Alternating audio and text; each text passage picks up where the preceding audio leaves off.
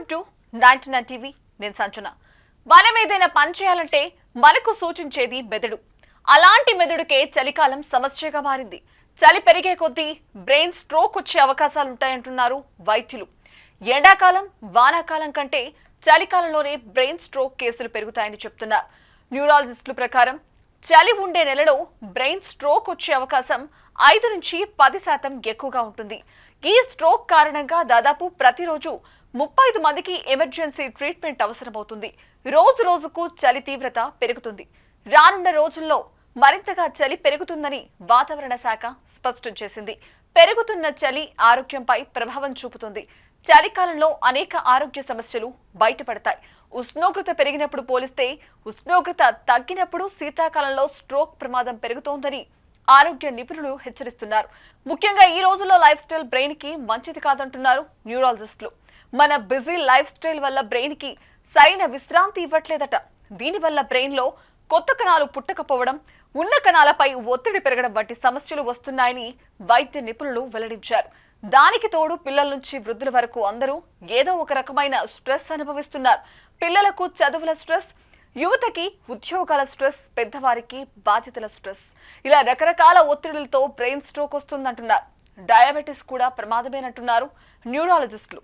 దీనివల్ల కూడా brain stroke వచ్చే అవకాశం ఉందంటున్నారు. అంతేకాదు, బాడీలో చెడు కొలెస్ట్రాల్ ఎక్కువైతే దానివల్ల కూడా బ్రెయిన్ స్ట్రోక్ వస్తుందంటున్నారు.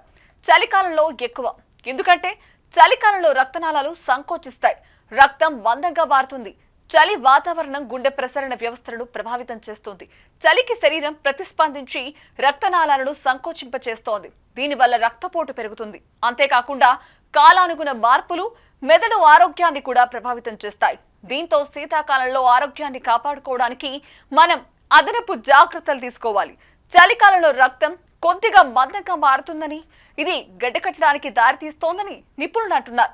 రక్తం గడ్డకట్టినప్పుడు మెదడుకు రక్త ప్రవాహం తగ్గడమే కాకుండా ఇస్కెమిక్ స్ట్రోక్ కూడా దారితీసే అవకాశం ఉందని వైద్య నిపుణులు హెచ్చరిస్తున్నారు. శీతాకాలంలో శారీరక శ్రమ లేకపోవడం వల్ల బరువు పెరగడంతో పాటు అధిక కొలెస్ట్రాల్, రక్తపోటు కూడా పెరుగుతుంది. ఇవన్నీ స్ట్రోక్ ప్రమాదాన్ని పెంచుతాయని ఆరోగ్య నిపుణులు వెల్లడిస్తున్నారు. దీంతో ప్రతిరోజు 30 నిమిషాలు నడవడం లేదా ఇతర కార్యక్రమాలు చేయడం వల్ల స్ట్రోక్ ప్రమాదాన్ని 25% వరకు తగ్గించవచ్చు.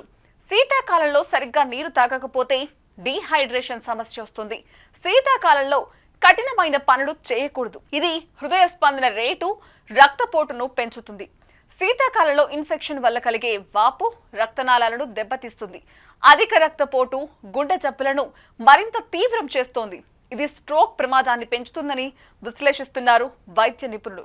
రక్తనాళాలు సంకోచించకుండా ఉండడానికి వీలైనంత వెచ్చగా ఉంటూ మందపాటి దుస్తులు ధరించాలి.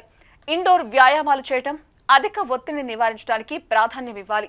దాహం వేయకపోయినా పుష్కలంగా నీరు తాగడం, రక్తపోటు, కొలెస్ట్రాల్, మధుమేహాన్ని అదుపులో ఉంచుకోవడం చాలా అవసరమని వైద్య నిపుణులు చెప్తున్నారు. బ్రెయిన్ స్ట్రోక్ కేసులు యువతలో కూడా పెరుగుతున్నాయి. ప్రతి 10 మంది రోగుల్లో దాదాపు 4 50 ఏళ్లలోపు వయసు కల వారే ఉండడం ఆందోళన కలిగిస్తోంది.